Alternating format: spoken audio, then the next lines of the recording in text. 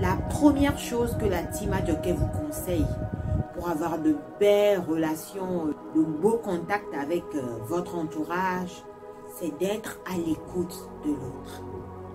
Beaucoup me disent que c'est compliqué, ils n'ont pas le temps, c'est pas leur tasse de thé, ils n'ont pas que ça à faire, ils ont d'autres chats à fouetter que d'être à l'écoute de l'autre, tout le temps être à l'écoute de l'autre, tout le temps être à l'écoute de l'autre, mais il le faut.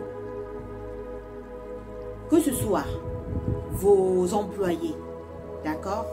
Que ce soit votre famille, votre petite famille, vos enfants, votre conjoint ou votre partenaire, que ce soit vos amis, que ce soit vos voisins, soyez à l'écoute.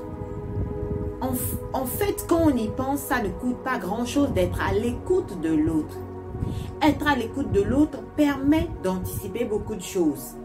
Ça permet de détecter les signaux d'alarme, les signaux de détresse de l'autre, les signaux de joie de l'autre.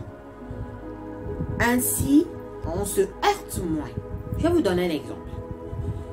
Il y a une dame qui m'a soulevé un cas en me disant que elle, comment dirais-je, dans son quartier, quand elle sort dans sa ruelle, elle dit bonjour aux bonnes dames de la maison voisine. Quand elles veulent, elles répondent. Quand elles ne veulent pas, elles ne répondent pas. Et elles s'en foutent de leur réponse et elles continuent sa route.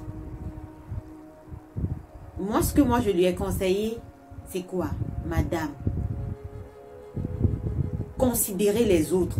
Dès l'instant où vous considérez un peu plus les autres, ça se sent. Les autres sont touchés. Il y a tellement de gens qui sont touchés mais qui le cachent. Et le retour est imminent. Le retour est immédiat.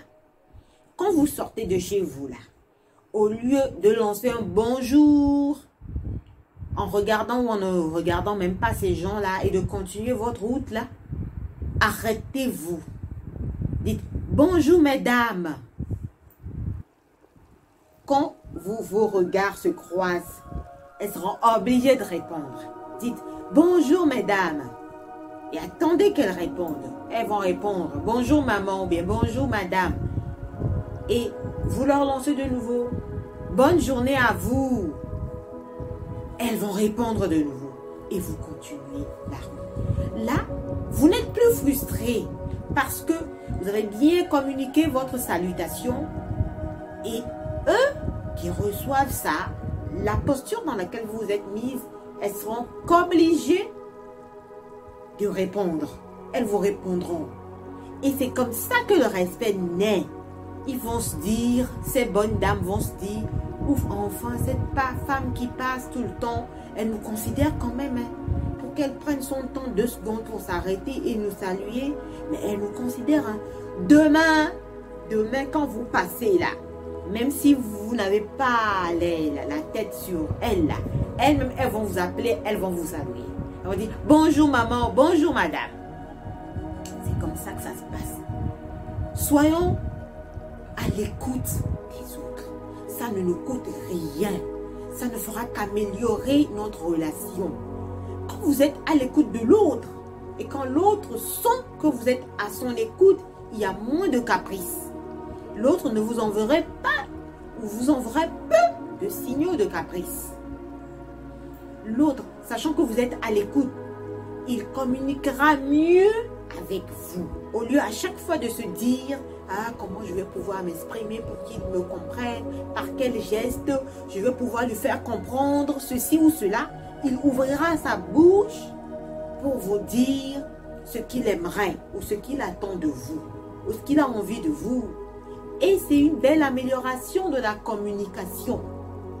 Pour bien communiquer, soyez à l'écoute de l'autre. Faites comprendre à l'autre que vous êtes à son écoute et vous cassez tous les malentendus.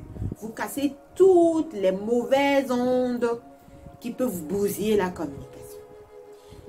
C'est ce que j'ai envie de partager avec vous ce matin. On se dit à bientôt.